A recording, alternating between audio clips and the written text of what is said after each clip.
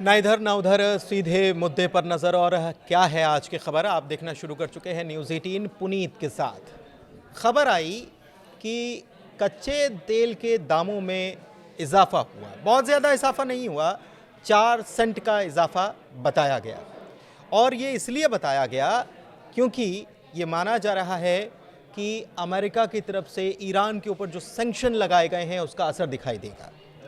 साथ ही साथ जो तेल के दामों को तय करते हैं, उन लोगों ने इस बात के निष्कर्ष पर भी वो पहुंचे कि रूस और यूक्रेन के बीच जो युद्ध चल रहा है उस पर कोई सहमति बन जाए तो रूस की तरफ से तेल की सप्लाई बढ़ जाएगी बाजार में, और कोई ख़ास असर ईरान के ऊपर सैंक्शंस का नहीं होगा। लेकिन फिर भी बाजार ने कुछ ऐसा प्रदर्शन किया कि 4 सेंट तेल के दामों में इजाफा हुआ। तो बात घूम फिरकर रूस और यूक्रेन के वॉर पर आ जाती है कि क्या ऐसा हो जाने वाला है, क्या रूस की तरफ से बाजार में तेल की उपलब्धता बढ़ने वाली है। बाजार तो ऐसा ही सोच रहा है।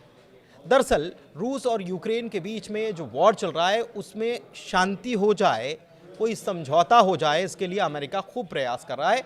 और बीते रविवार और सोमवार को भी इसके लिए मीटिंग्स हुई हैं। क्या मीटिंग्स निकलकर सामने आया है और रूस का इस पर क्या रवैया है, इसको समझने की आज कोशिश करने वाले हैं। मेरे वरिष्ठ सहयोगी अंकुर जी मौजूद हैं, उन्हीं से समझते हैं कि अभी तक क्या कुछ निकला है। हमले तो जारी हैं। Thank you Puneet. हमले तो जारी है, लेकिन ये समझिए कि बातचीत कहीं ना कहीं आगे बढ़ी है। ये तीसरा दिन है जहां लगातार एंगेजमेंट्स हैं।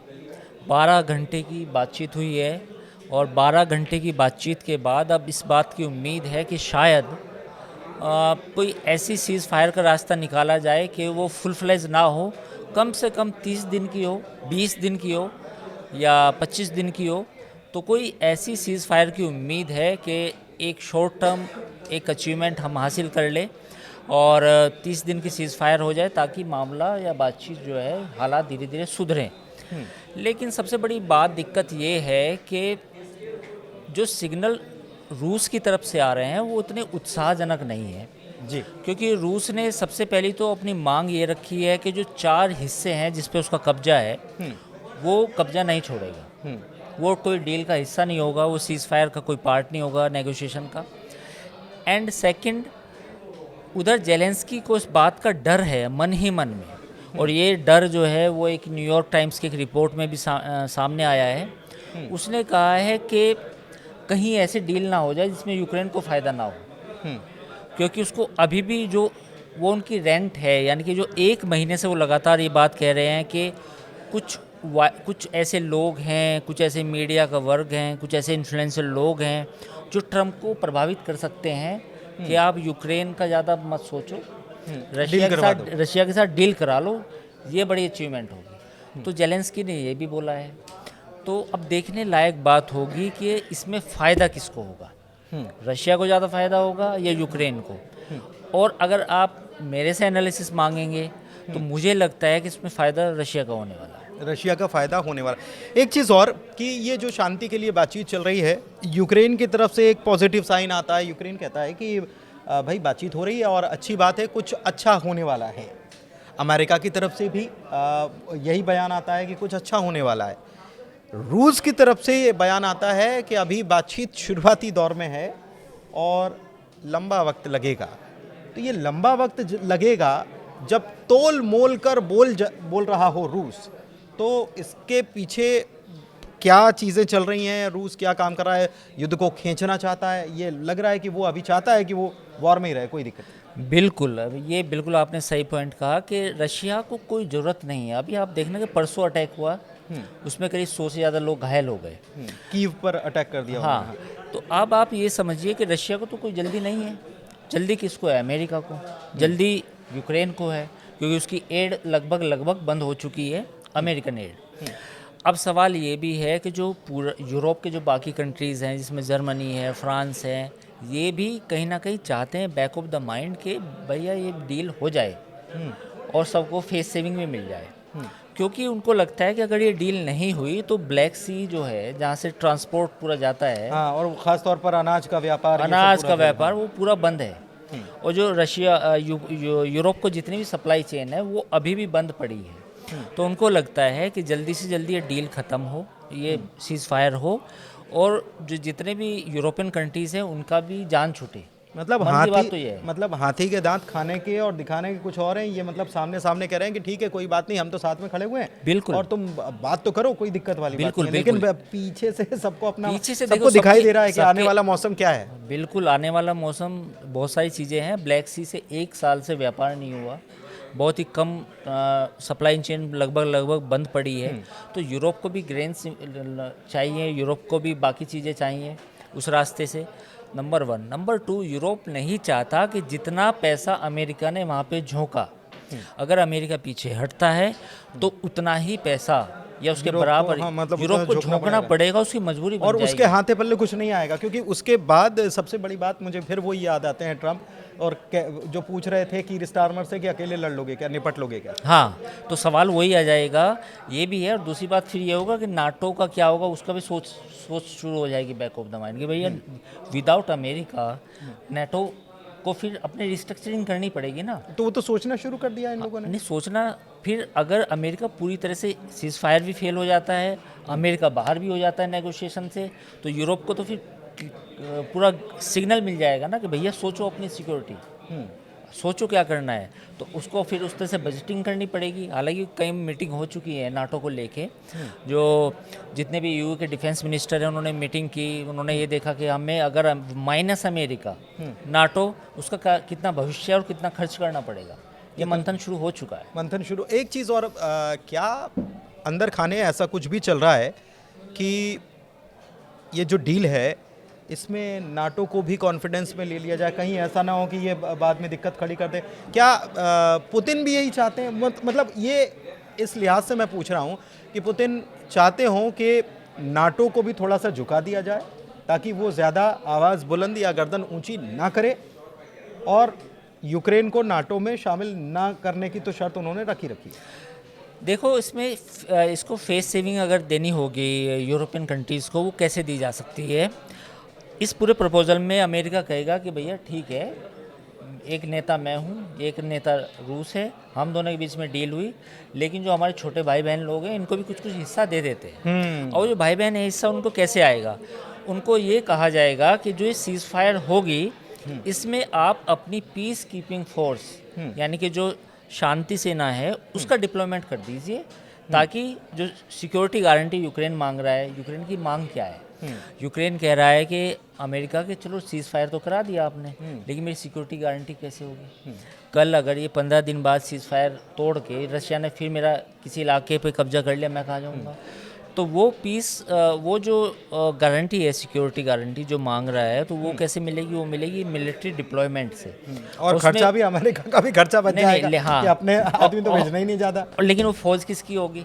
सबकी होगी, थोड़ी वो थोड़ी भेजो। ये फ्रांस की भी होगी, और जर्मनी की ब्रिटेन भी की भी होगी, वो ब्रिटेन की भी होगी। तो सारा जो कह भैया मलबा जो है आप साफ करो। मतलब माल उठाना है तो खर्चा करना पड़ेगा, खर्चा करना पड़ेगा। माल उठाना है तो खर्चा करना पड़ेगा। लेकिन रूस की तरफ से जो रवैया है, मैं फिर से उस पर आ रहा हूँ, इतना उत्साहवर्धक उनकी तरफ से बयान, उत्साहजनक बयान नहीं आना।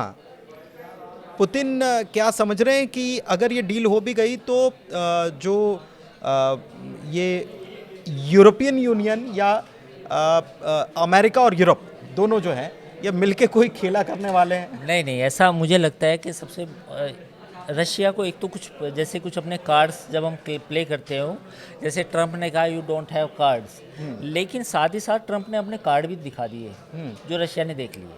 अच्छा, हाँ, सवाल ये है, हाँ। जब ट्रंप ने व्हाइट हाउस में कहा जेलेंस्की को यू डोंट हैव कार्ड्स, ऐसे बोला, लेकिन साथ ही साथ आप ये देखिए कि अमेरिका ने भी अपने पत्ते एक तरह से रूस को दिखा दिए। तो रूस को क्या मालूम है? रूस को मालूम है कि अमेरिका से ही डील करनी पड़ेगी, यूक्रेन के पास तो कार्ड्स है ही नहीं, उसके बाद कार्ड्स नहीं है। दूसरा मामला ये है कि भैया जो मेरे हिस्से में आ गया, कब्जे में इलाका है, वो कब्जे में रहेगा, वो मैं छोड़ूंगा नहीं। प्रॉब्लम इनकी है, 250 बिलियन किसके खर्च हुए हैं? अमेरिका का। प्रॉब्लम किसको है? इनको है। मेरे कितने बिलियन खर्च हुए नहीं हो पूरी दुनिया को मैं पता हाँ ही मैं क्यों हिसाब दूँ? नहीं। मैं क्यों हिसाब दूँ? मेरा तो छोड़ो, पैसे किसके खर्च हुए? अमेरिका के। प्रॉब्लम कहाँ है? अमेरिका में। परेशान कौन है? ट्रम्प है। तो सारी तो गरज इनकी है ना। अच्छा, दूसरी बात, नाटो से कौन जा रहा है? अमेरिका जा रहा है। नाटो को लेके टेंशन में कौन है? यूरोपियन है। मेरे तो कोई टेंशन ही नहीं है। तो सीधी सी एक बात। घंटे इंतजार करवा देते हैं वो ट्रम्प को फोन लाइन पर, और उनसे जब बोला जाता है तो उन्होंने कहा कि नहीं नहीं, इस बात पर ध्यान मत दो।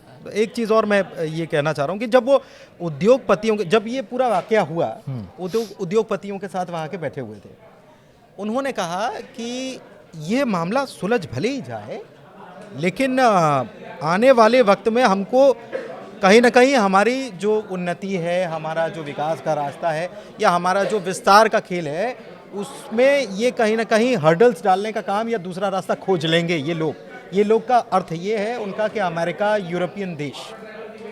जब ये पुतिन ये कह रहे हैं तो और भी दिमाग में चल रहा है कुछ? देखिए, 2-3 चीज़ें हैं इसको समझना होगा।